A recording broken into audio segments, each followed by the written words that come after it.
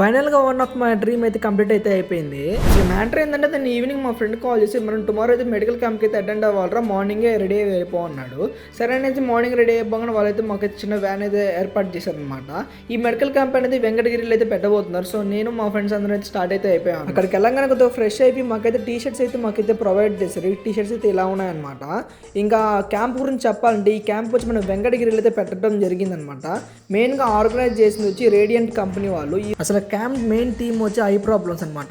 A eye problem ఉన్నా కానీ వీళ్ళు ఫ్రీగా అయితే ట్రీట్మెంట్ చేస్తారు. ఇంకా మార్నింగ్ నుంచి ఈవినింగ్ వరకు అయితే ఫుల్ బిజీగా ఉన్నాం మేము మా ఫ్రెండ్స్ అయితే. ఎందుకంటే మేము ఎక్స్పెక్ట్ చేసిన 200 మెంబర్స్ అయితే ఎక్స్పెక్ట్ చేసాం, కానీ అక్కడ వచ్చిన 300 దాటేసింది అనమాట. వచ్చిన ప్రతి ఒక్కరికి అయితే ట్రీట్మెంట్ అయితే చాలా బాగా చేశారు. నిజంగా అయితే ఎంతమంది వస్తారని మేమైతే ఎక్స్పెక్ట్ చేయలేదు. ఈ క్యాంప్ తోటి నా డ్రీమ్ కూడా ఫుల్ఫిల్ అయిపోయింది. ఎప్పటి నుంచి ఇలాంటి సర్వీస్ చేయాలని అనుకున్నాను, కానీ ఈ రోజు అయితే నాకు ఈ డ్రీమ్ అయితే ఫుల్ఫిల్ అయిపోయింది అనమాట.